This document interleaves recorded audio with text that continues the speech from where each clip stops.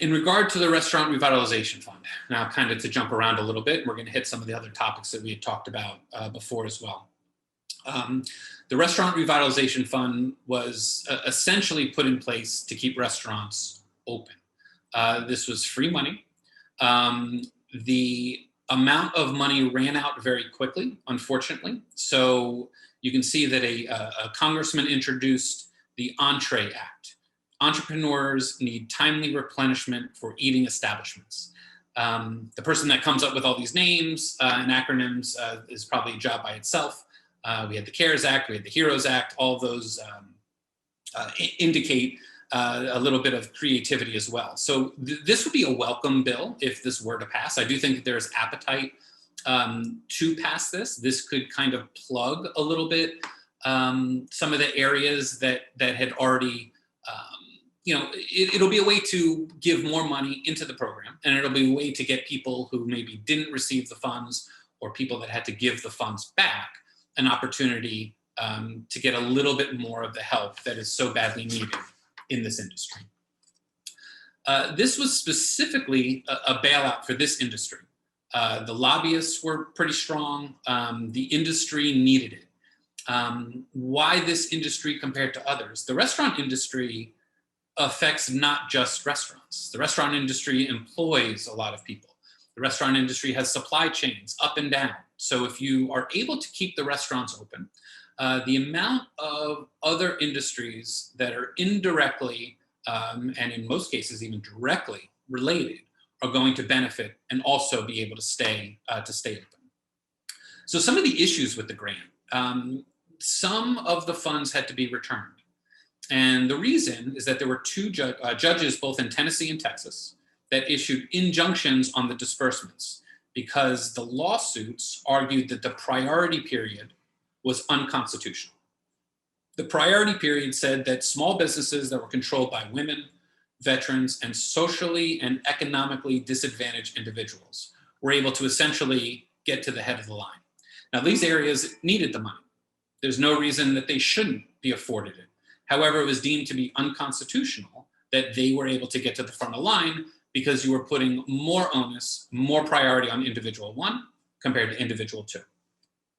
Now, the issues when this came about, again, when we talk about deliberate schemes, we had conversations with, well, how do I transfer my ownership to my wife?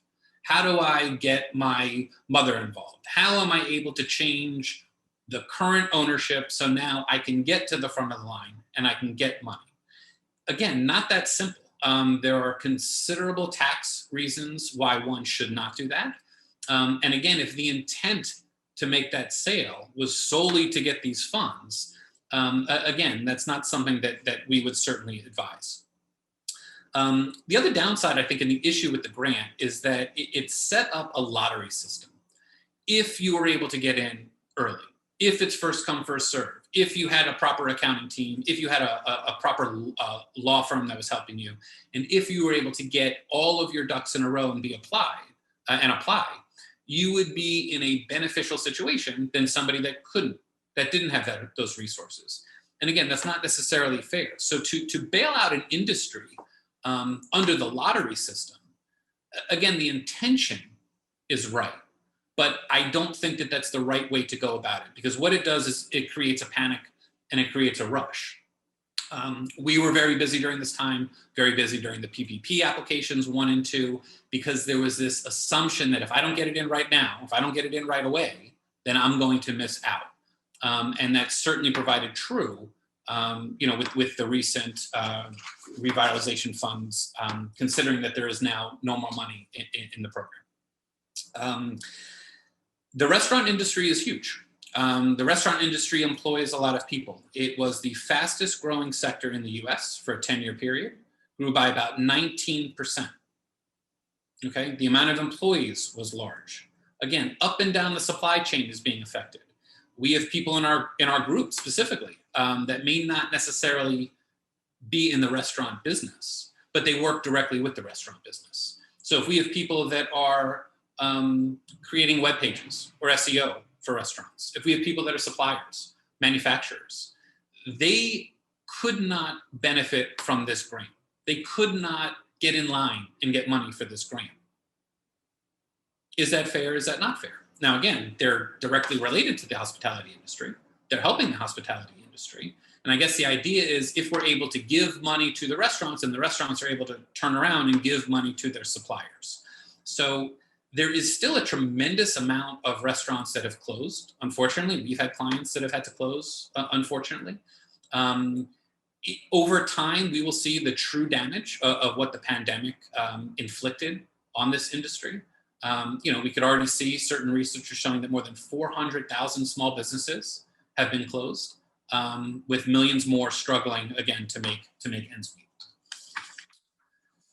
Eligible entities that were able to get the funds, essentially restaurants, caterers, breweries, wineries. It really was a targeted and surgical injection of cash to an industry. Now, again, the law industry didn't get this money. The banking industry didn't get this money. They got previously.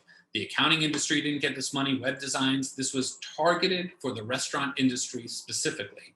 And the idea was to keep the restaurants open.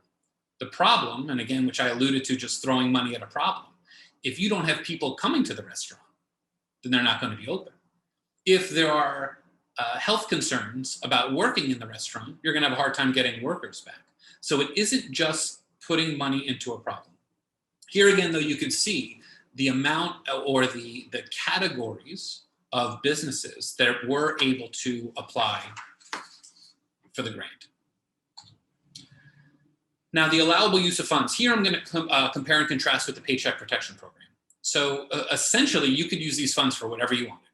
And there is no limit on what you could use them for. There's a time frame of what you could use them for, but there was no necessary limit. With the Paycheck Protection Program, both rounds 1 and round 2, there was a requirement that it had to be used for payroll, specifically. A majority of the funds had to be used for payroll. And then there was a small list of what you could use the rest of the funds for. But the majority, again, had to be used for payroll. And even with that, I would argue that throwing money at a problem does not solve the problem. With the second round of the Paycheck Protection Program, you had to demonstrate that you suffered economic loss. And if a business suffered a 50% loss, they were then eligible to receive the money in order to pay the remaining staff. If 6 months from now, the company closed, then what was the point of using that 6 months? Could it have been better served giving it to somebody else? Would it have been better served giving it to a company that necessarily didn't have or didn't suffer the loss, was able to hustle, scramble, be creative, and stay in business? Would they have been better served having the money? To me, a better way to distribute the funds with the PPP and solve a lot of confusion, and a lot of people are now going through the forgiveness applications, would have been just to tap into payroll. ADP, Gusto, CompuPay, they all have every employee's direct deposit information. If the Treasury just injected the funds there and then made the payment for salary directly there, that may have been a better use of the funds. Now, from a taxation standpoint, neither the Restaurant Revitalization Fund nor the Paycheck Protection Program were considered income to you. And you were able to take a deduction for the expenses that you incurred, which essentially is a double dip. You're not picking up the income, and you're able to claim a deduction for what you spent. So when we talk about foregone tax revenue, although this is helping the businesses, if you look at a higher level, this is hurting the Treasury because a lot less money is now coming in, which therefore will lead to tax increases in the future. So one of the areas that you can use the Restaurant Revitalization Fund funds for were debt services, both principal and interest. But they didn't want you to prepay your principal or prepay your interest. So you were not allowed to wipe out a mortgage. You were not allowed to wipe out a debt. The reason I think is because, again, the banking lobby probably pretty strong. They make money off of interest. If you got rid of your debt, then there would be no interest going to the bank.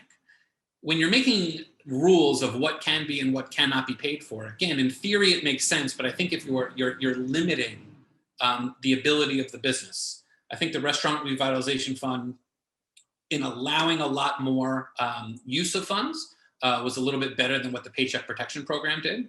Neither of which is perfect, but I think each one kind of learned off of each other to make the program a little bit more beneficial.